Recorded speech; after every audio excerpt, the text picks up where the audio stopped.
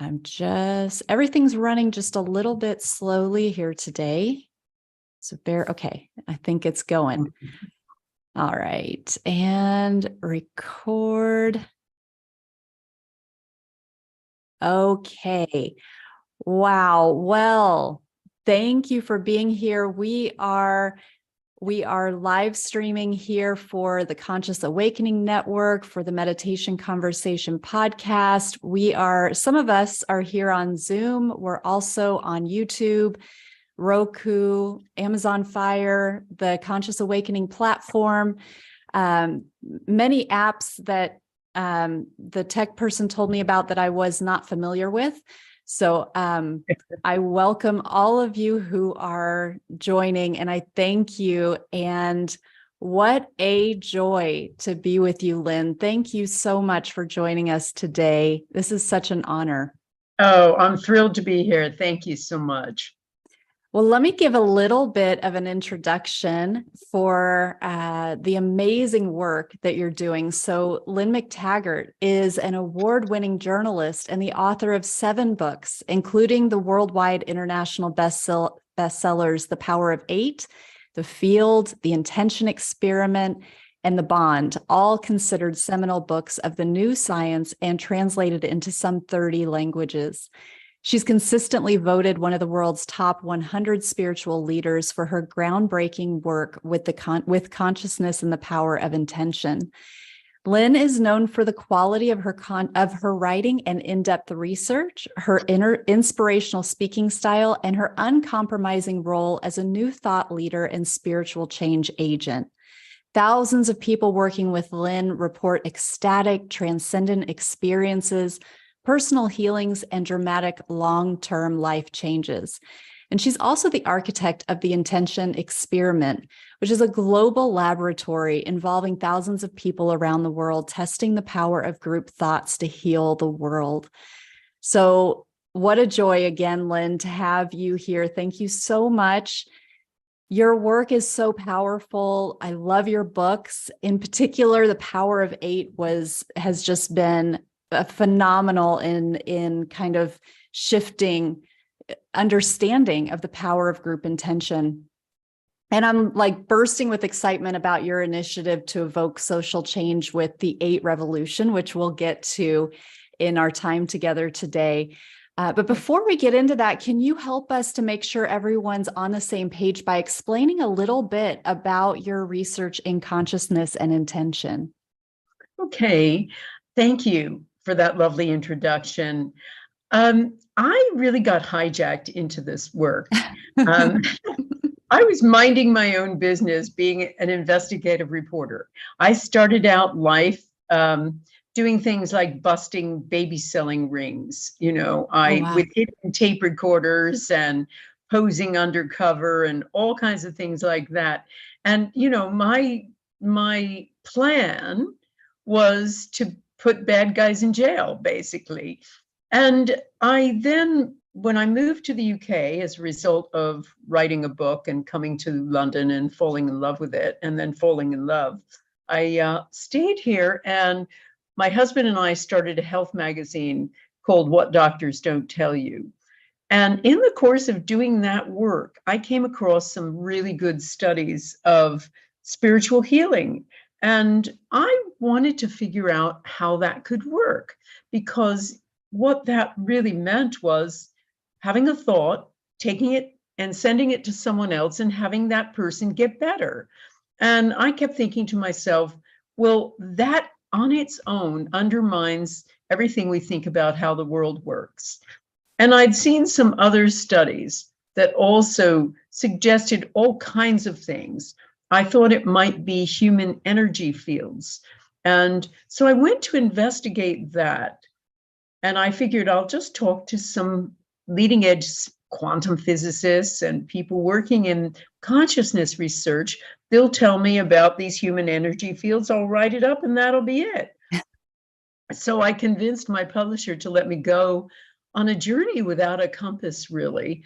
And in the course of researching, investigating, and talking to all of these scientists, many of whom I had to interview about 20 or 30 times, to understand what they were talking about, because scientists talk in math, they talk in code. Yeah, I And also, appreciate you being like a transducer for the information so that it can be understood by non-scientists. That's so important. absolutely. And also, they don't like to venture beyond their little patch of experimentation. So I realized with a bit of alarm that I was going to have to synthesize all of this stuff together. So that became my book, The Field, but there was unfinished business as far as I was concerned. There were a lot of implications and experimental evidence that thoughts are an actual something with the capacity to change physical matter. So again, being that investigative reporter at heart, I kept saying to myself, well, what are we talking about here? You know, are we talking about a tiny subtle effect, or are we talking about curing cancer with our thoughts? And I also had become increasingly interested in what happens if a lot of people are thinking the same thought at the same time. There were some good studies from the transcendental meditation folks, but it was all about just critical masses of meditators not thinking anything, and suggestions and good evidence that that made the crime rate go down in 48 cities they did a study of. So I wanted to see, well, okay, what happens if you're actually deliberately sending a thought to something en masse? So I wrote my book, The Intention Experiment, to answer that. How far can we take this? But also set up the Intention Experiment, an ongoing experiment that where I would work with noted consciousness researchers, scientists working in prestigious universities around the globe. And I'd also invite my readers, and by then I had a lot of readers around the globe, to take part in these periodic experiments. So we started that. I've run 40 experiments to date, everything from trying to make seeds grow faster, to purifying water, to lowering violence in war-torn and violent areas, to healing someone of post-traumatic stress disorder. Of those 40, 36 have shown measurable, positive, mostly significant effects. So, and we've done all kinds of things in all kinds of places around the world. But it was really in scaling it down, which really happened by accident, trying to scale it down to just small groups in a workshop, what has become known as the Power of Eight, where I really saw healings, because I've now seen thousands of people get healed. In doing that one time, I was shocked to see healing. 10 minutes as part of a Power of Eight group. I've seen 2 people get up out of their wheelchairs, and thousands of people get healed of anything, including stage 4 cancer. Had a few cases of that just recently. So my work really segued into this kind of real focus on intention, and particularly group healing, healing the planet, healing each other, rebound effects, and doing that all really essentially by just following my nose, following what journalists do. You pull on a piece of string. So I'm still Yes. pulling. Yes. Thank you for taking us through that. And it's incredible. I've been a part of the Power of Eight healing for my daughter who has scoliosis. And in your book, you talk about, that's one of the cases that comes up a couple of times, is scoliosis, the curvature of the spine, and different back issues and things. And the feel, we're on meditation conversation. I'm an experienced meditator, and I do group meditations as well. It was fascinating, the difference that I felt in the Power of Eight meditation, just that it's like a palpable field, where, it just, you do feel that you are part of something bigger, and that there's a purpose behind it. And it's fascinating and so beautiful. It's amazing. Absolutely. And thank you for bringing that up, because a lot of people think of a Power of Eight as nothing more than group meditation. But as you said, there's something very different. And about it, and we quantified that. I did brainwave studies on Power of Eight groups. I was very fortunate that Life University, one of the largest and most prestigious world, got interested in the Power of Eight and said, hey, we'll do some studies on this. So we got hold of student volunteers, put them in groups of 8, and had them send healing intention to a member of their group, which is what we always do in Power of Eight groups. And we found very quickly that the brain started changing. We put an EEG cap on one member of each group who was a sender, and we found almost immediately big changes occurred that were completely the opposite of what happens and what has been recorded in brainwave studies of meditators. For instance, with meditators, the brain slows down and you get more of a preponderance of slower brainwaves like alpha or delta brainwaves. In Power of Eight groups, certain brainwaves, very different ones, turn off. They turn way down. So the parts of the brain, what we discovered was a big diminishment of the parts of the brain that make us feel separate, like the parietal lobes, which sit back here. They help us navigate through space. They tell us this is me, this is not me. They were dialed way down. And so were the right frontal lobes, those involved in worry, doubt, negativity, also dialed way down. So our brainwave studies looked nothing like those of meditation. They looked almost identical, though, to the brainwave studies carried out by the University of Pennsylvania, Dr. Andrew Newberg, the noted neuroscientist, on Sufi masters undergoing chanting or Buddhist monks in the midst of ecstatic prayer. So our people essentially are in a state of ecstatic oneness. And that's where you feel the alterations in the body, the energy whooshing through you, the feeling of being almost disconnected and part of some bigger whole. All of those kinds of feelings where you are essentially losing that individuality and entering into a state of oneness is the real secret sauce in a Power of Eight group. It's, I believe, the gateway to healing. And of course, we have healings, not only of the recipients, but the senders too. Yes, I want to talk about the rebound effect. Before we get off the topic of the research of the brain, has any research been done on the heart with the Power of Eight? Because even as you're talking about this, my heart is like, woo, just I can feel it growing exponentially. So I'm curious if you've worked with like HeartMath or anything like that to see what's going on with the heart with these. I love HeartMath, and they're dear friends, Howard Martin and Debbie Rosman of HeartMath, and I love what they do.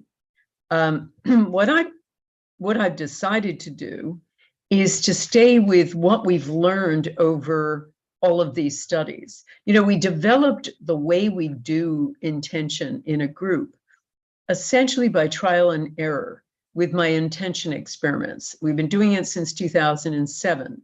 I also studied how people do intention, who are intention masters, master healers, Qigong masters, Buddhist monks.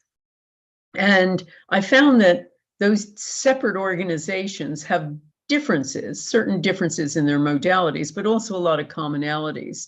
So I tried to distill the science, these practices, and then what we were learning in our Power of Eight and intention experiment groups into a simple program. And I have found it's really important not to add and subtract, not to start throwing in other modalities. Now, just to explain, we're getting to where HeartMath also is in a different way. HeartMath works with heart rate variability. It finds that people with a lot of heart rate variability are healthier. And they get there by having people focus on the heart with appreciation and gratitude. And they can measure changes in heart rate variability. The thing that controls heart rate variability is the vagus nerve. It is the longest nerve in the body. It starts in the neck, winds through all the major organs, and it controls the sympathetic and parasympathetic nervous systems. It controls fight or flight. You know, we see a bear and we're either going to run away, fight the bear, or freeze and just sit there as, you know, and pretend the bear doesn't see us. So the sympathetic nervous system is oftentimes out of whack in people who are traumatized or unhappy or whatever. And the other part of the vagus nerve also regulates the parasympathetic nervous system, the rest and digest part. There's a third part to the vagus nerve, which is connection, safety and connection in groups. So what regularizes, and this has been studied at University of North Carolina at Chapel Hill, what regularizes that vagus nerve, which is so important for heart rate variability, for sympathetic nervous system getting calmed down, for essentially every part of your body, so important, is group work, feeling close and connected with a group. So that's what we do. Yeah. So that's how we get there. It's all about the group. Right. Oh, that's amazing. You know, one other kind of interesting thing that I found through the work with the Power of Eight is because it's quantum, you know, it's a lot of, well, the one that I did was virtual. But there were times after it was done that I felt like I could tap back into it and re-experience that field that was created in that time. Oh, absolutely. And I've had many, many people say exactly that. People who have tapped into an experience they felt during the intention experiment, one of the intention experiments, or more recently, we had a really interesting thing. I run a retreat every year, and just one, at least at the moment. And we ran it last year, and we're doing it again in September at Broughton Hall, which is a 3,000-acre estate in Yorkshire in the UK that was the runner-up for the set location of Downton Abbey. And so it's this beautiful, amazing estate, you know, this extraordinary stately home and 3,000 acres in these historic cottages.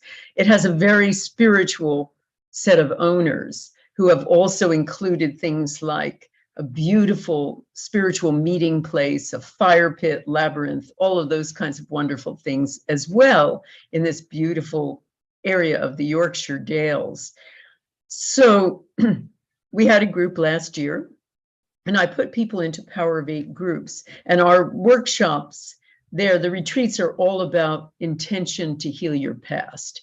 So we have a whole big program that I work with, and I work with my husband, Brian Hubbard, who is the author of The Untrue Story of You, and uses a technique he developed called Time Light. Based on his own experiences, he developed it to get over abuse he had as a child by a very verbally abusive father. So we put our stuff together. Anyway, we had a group. Everybody got put into groups very initially, and there was one woman in the group who hadn't thought she'd be able to come to the retreat. She had stage 4 cancer. She had been planning to come with her son. They almost pulled out. They decided to come. So she was in the group, stage 4 melanoma.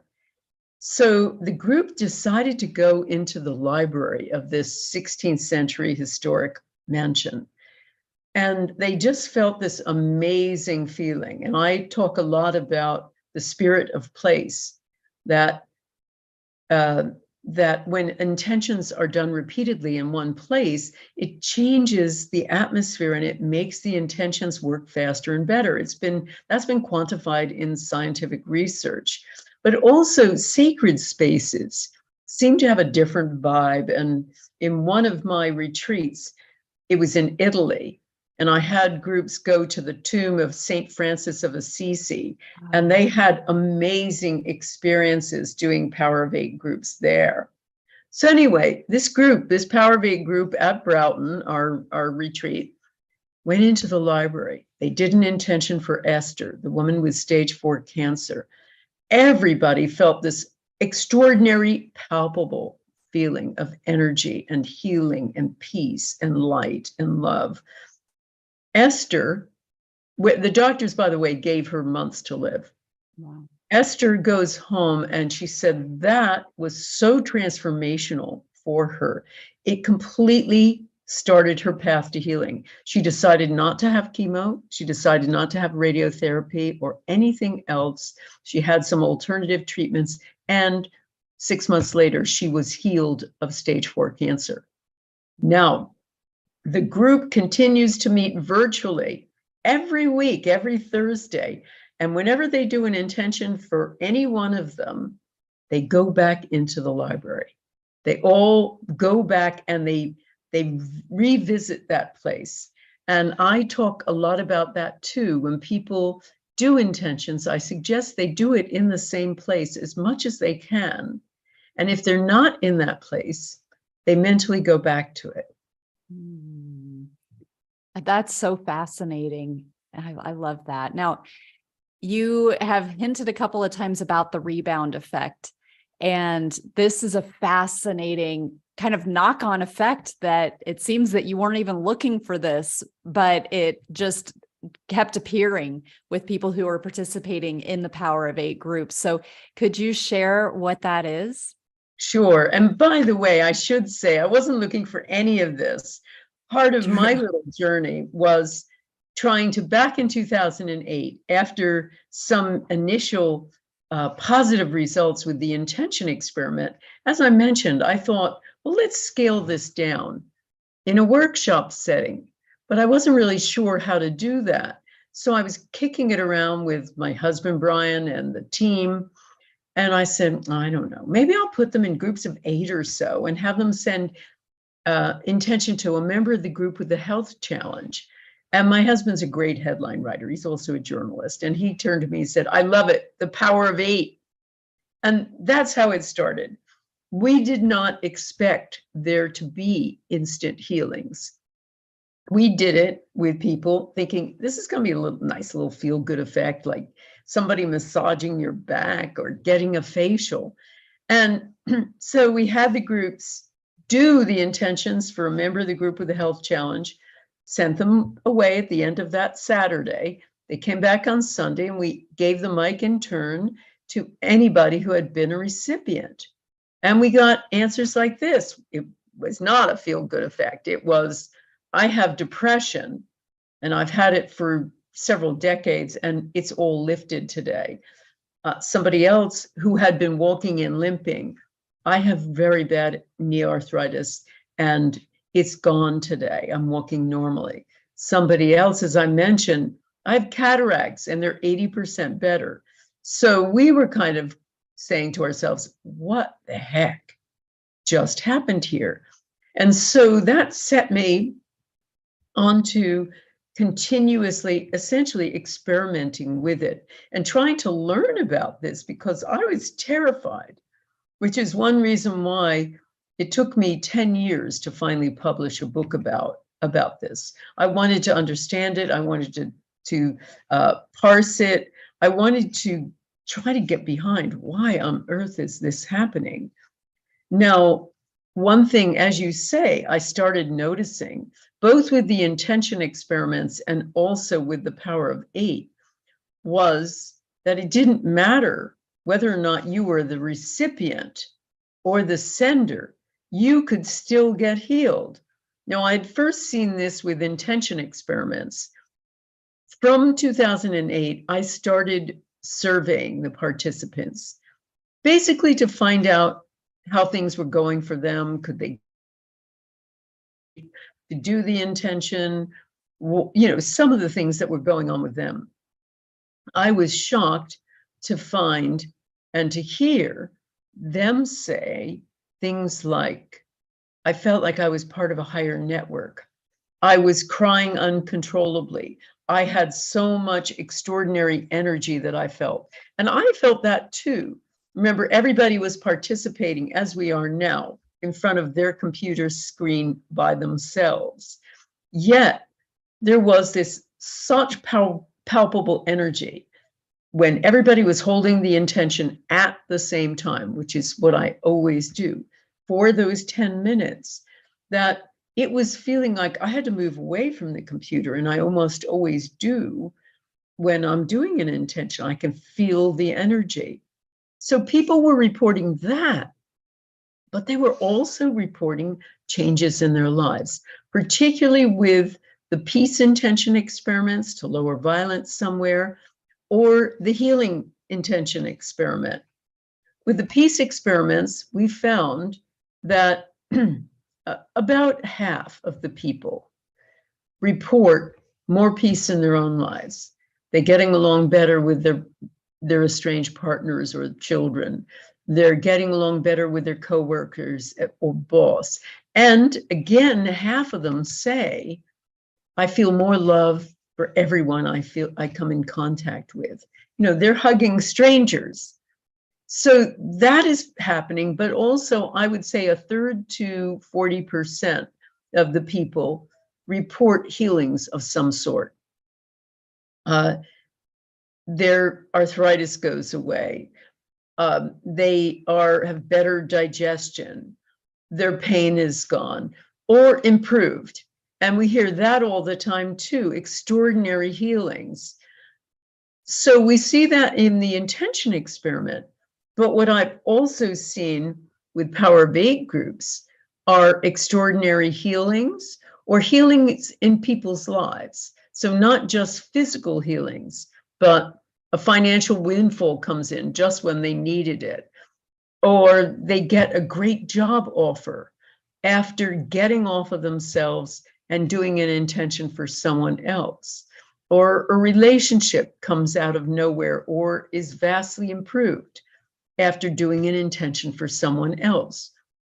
So when I started noticing this, I started looking into the science of altruism, and I found, wow, that seems to be the key here. Altruism is like a bulletproof vest. People who do things for other people, no matter how small, helping your neighbor with their garbage or whatever, volunteering for something, those people live longer, healthier, happier lives. So I started seeing that and seeing that connection and giving is really essential to us, that it protects us against everything from heart attacks and stroke to the common cold. So when people are stuck when they're in my courses or workshops or whatever, invariably I will say, get off of yourself. Stop intending for your stuff. Start intending for someone who needs it more and watch what happens. So I've seen so many cases. I love these two, and there's many, many thousands more. But there was a woman called Andy who was going through a divorce, had 2 small children, really needed money and needed a new job. And she had been trying for months with her Power of 8 group to manifest a new job. Nothing was happening. So I finally said, Andy, get off of yourself. Intend for this young boy who tried to commit suicide. I had the whole masterclass, my masterclass at the time, intending successively for this kid called Luke, tried to commit suicide after breaking up with his first serious girlfriend and was in the hospital with everything broken. He'd thrown himself off a 40-foot structure onto hard ground. So Andy did this, and the very next week, she gets a call out of nowhere from somebody she doesn't even know, offering her her dream job. I saw it with another woman called Lisa, who was trying to write a book on a modality she had discovered as a body worker for healing trauma. But she'd never written a book before. She'd gone through 3 editors. It was getting nowhere, and she was terrified about the whole prospect of marketing it. Getting nowhere. Their intentions were getting nowhere with her. So I said, again, Lisa, get off of yourself. There must be somebody in the group who needs intention more than you do. And she did. She sent intention to Diane, who had big money problems. Lo and behold, the very next week, Lisa gets compelled to go into a store she doesn't even need to buy anything from. And when she goes in, she sees a woman that she's met once or twice. I think it was only once. So she feels again compelled to speak to that person. She doesn't even know her. I think she was just introduced once. Goes up, they start chatting. It turns out the woman is a former book publisher, and she's now a book coach. And as soon as she hears about Lisa's stalled project, she offers to walk her through the whole thing. Upshot, the book gets published and it becomes an Amazon bestseller. So I see this again and again and again. It is really part of the process. And as I say, it doesn't matter whether you are the sender or the receiver. You also get healed in this process. That's so incredible. So if there are people who are listening and they are, I'm sure, chomping at the bit now if they've never experienced the power of 8, how can people learn about how to do it and how to find a group or create a group? I know you've got a lot of resources. Can you share a little bit about that? Sure. If you join my website, lynnmctaggart.com, you'll find a load of resources, some information about fundamental information about how to set up a group. Also, that kind of basic information is in my book, The Power of 8, too. But you can also join a Power of 8 group by joining my community. So I have a private community section on my website. It's completely free to join. And what I do is recommend that people simply get there and put up a little notice, post something about yourself and say, hey, I live in X time zone and I'd love to form a group. Who else is in that time zone? And that's how loads and loads and loads of my Power of 8 groups start.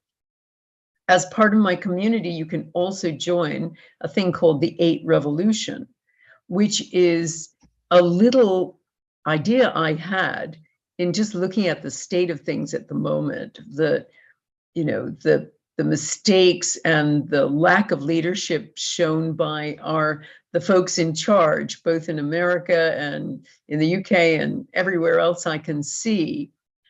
All of the crises we face now, new banking crises, climate change crises, all of those crises, war, et cetera, et cetera. And I started thinking, you know what? The guys in charge have no idea what to do about this. In a sense, every important major social change has started from the bottom up. So I said to myself, I need an army of change makers. And then I realized I've got an army of change makers. I have tens of thousands of Power of 8 groups around the world. So I've suggested to any people who already have a group to join the 8 Revolution, and I will give you free tools to essentially bring intention and other skills to heal your neighborhood, to create a different situation, to create essentially a social revolution. You don't have to give up the day job. A few things here and there can create extraordinary change. So everything in my community site, everything in my 8 Revolution is completely free for people to join. So they can do that. Now, if people want to move up a gear, they can also take courses with me. I have level 1, 2, 3, and 4 courses in intention, the new science, and much more. So they can find out about it. We have a course that's just kicking off on Saturday, June 24th, called Intention Essentials, which is my level 1 intention course, which talks about the 7 keys to an intention mastery.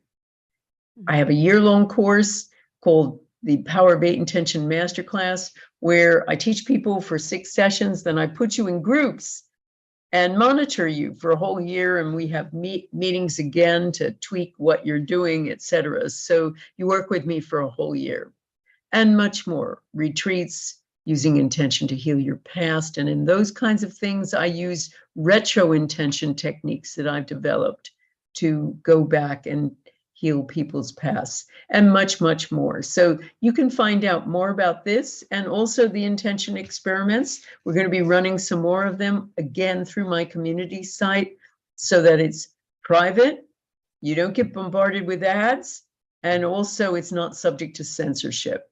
So that's another reason why I'm doing everything through my community site.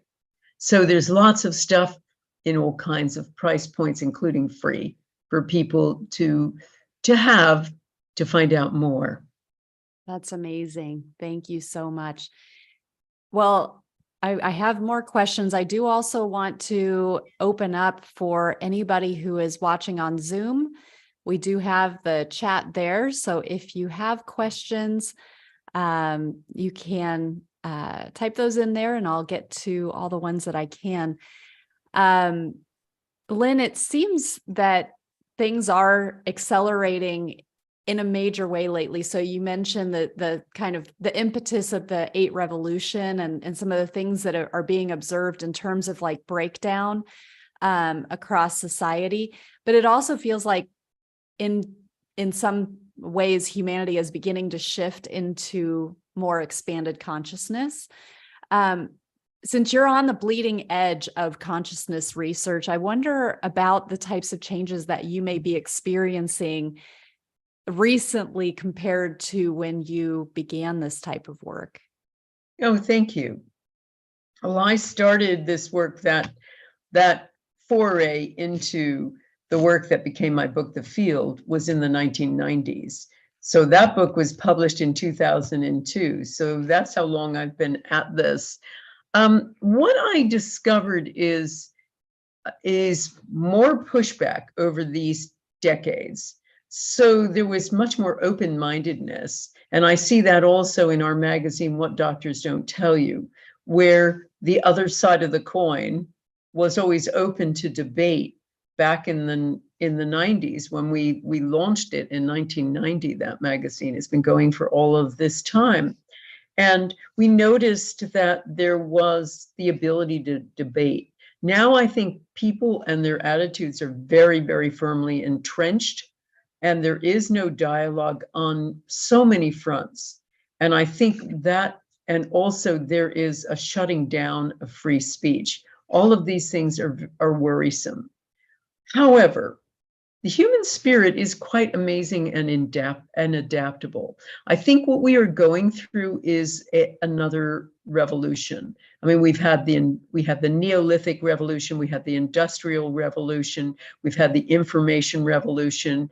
People say it's the AI revolution, and I'm not sure it is. I think it's more the consciousness revolution. And where we are realizing, finally, that we've been operating according to a wrong story. You know, lots of things write the story we live by, but probably the major author is science, at least in our modern world. You know, science tells us who we are. It writes the story we live by, tells us who we are, and from there we determine how we're supposed to live.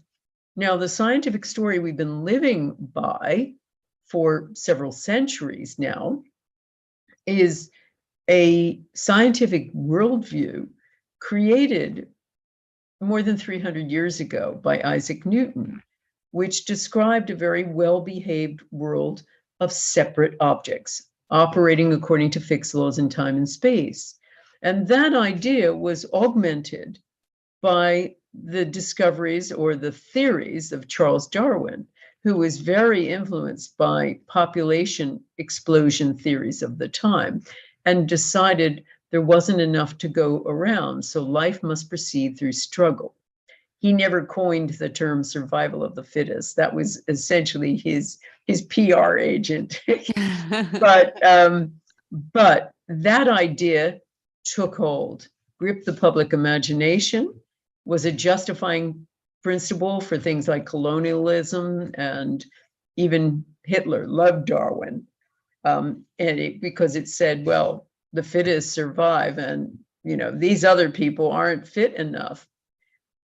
But that kind of mindset, competitive individualism, when you put it together, we're getting to a real end of days with that. We're seeing it now, where there's such a vast disparity between rich and poor, where riches and that kind of amassing of great wealth is stripping and destroying our planet and creating desperation on so many fronts.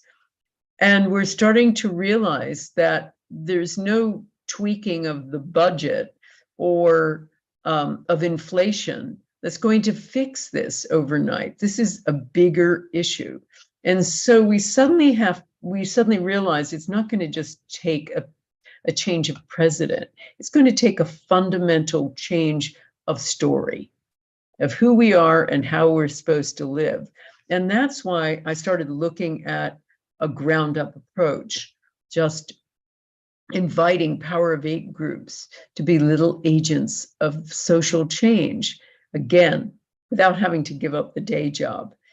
Because when you look at history, you realize that every major social change, every social revolution started with small groups, as Margaret Mead famously said. Gandhi helped India to liberate itself from the British by essentially small groups, by going to little villages and giving them a spinning wheel and saying, if you have your own industry, you don't have to rely on the British. And also by getting small groups to say, nope, I'm not going to do that. And the same with Martin Luther King and the civil rights movement, started with small groups.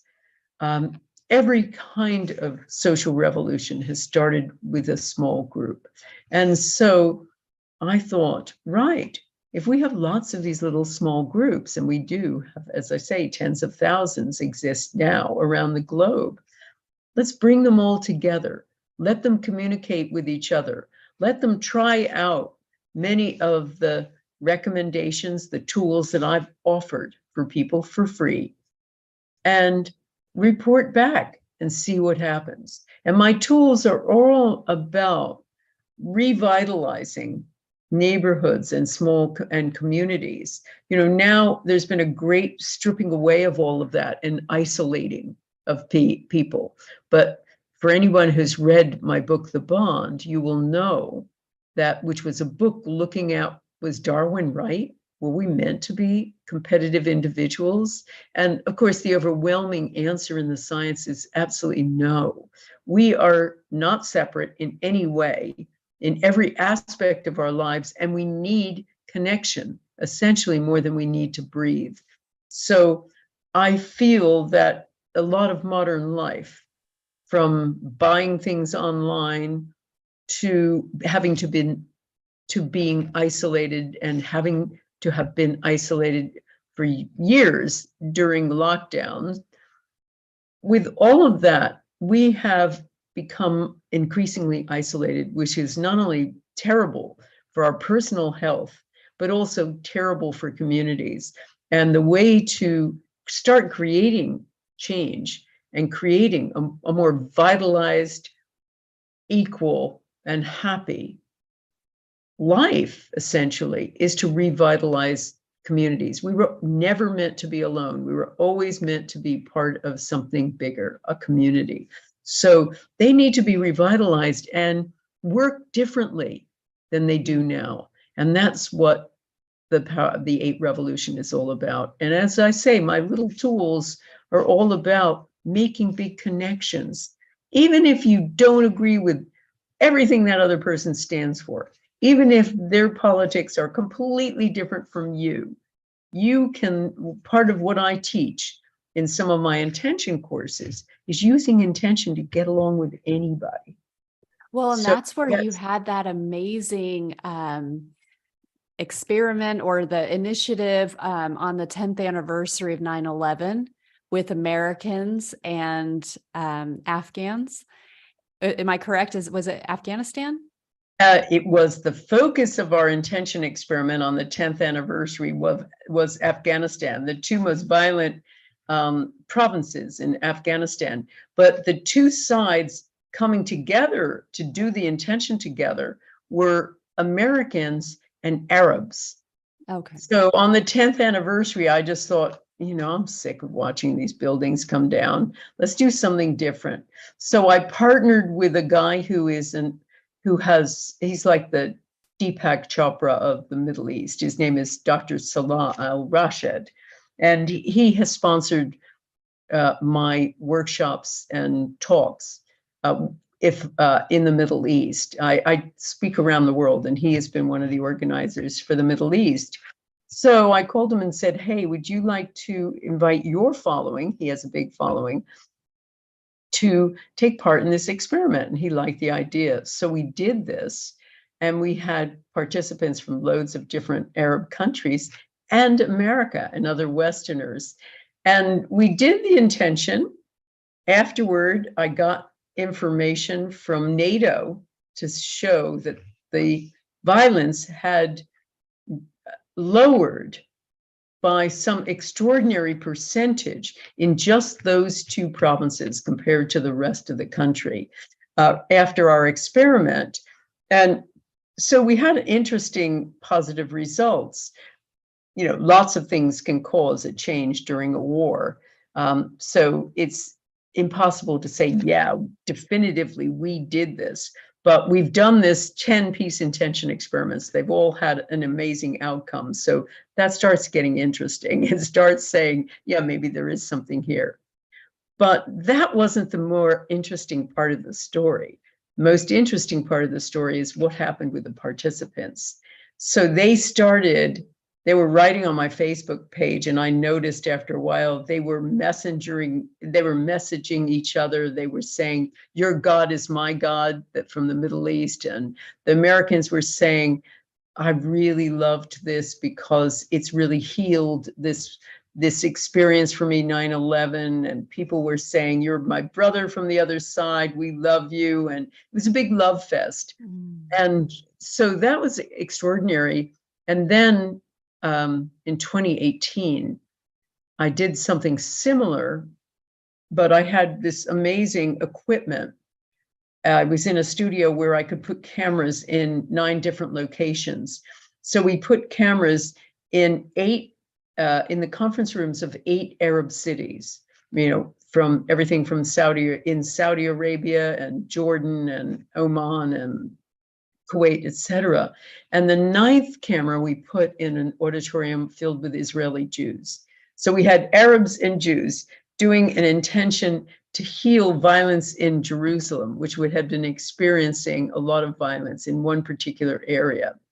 So I had to organize this, and nobody on either side wanted to talk to the other. I mean, these were hated enemies. And so I had to broker the whole thing.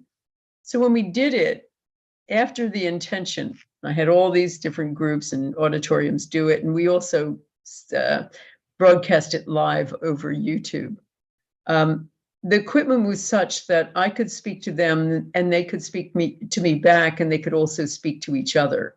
So it was a bit almost like a little Zoom situation.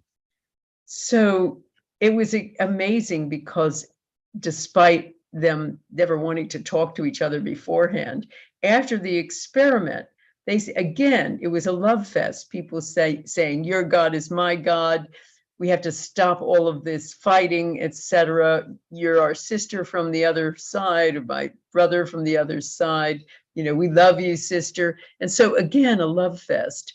And it was quite amazing. And the press about it was extraordinary too. It went viral all over, not only Israel, but also a lot of Arab countries too. So what I found, there's something about group intention too that heals enmity and enables the heart to leap across the fence. Wow.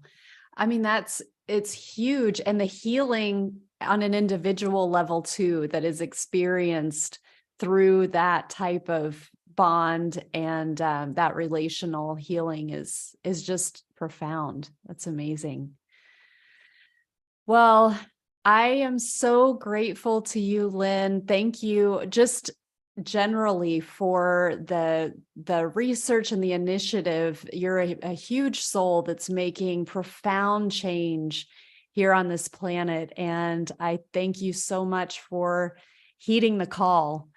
I'm sure in the decades that you've been doing this, it's not been easy to be at the forefront of this type of research. So thank you so much for your service. And thank you so much for being here today. It's been an absolute joy to be with you. Thank you so much. It's been my pleasure too. Thank you. Wonderful. Thank you. Thank you so much, Lynn. Thank you for those of you who are watching on Zoom and otherwise.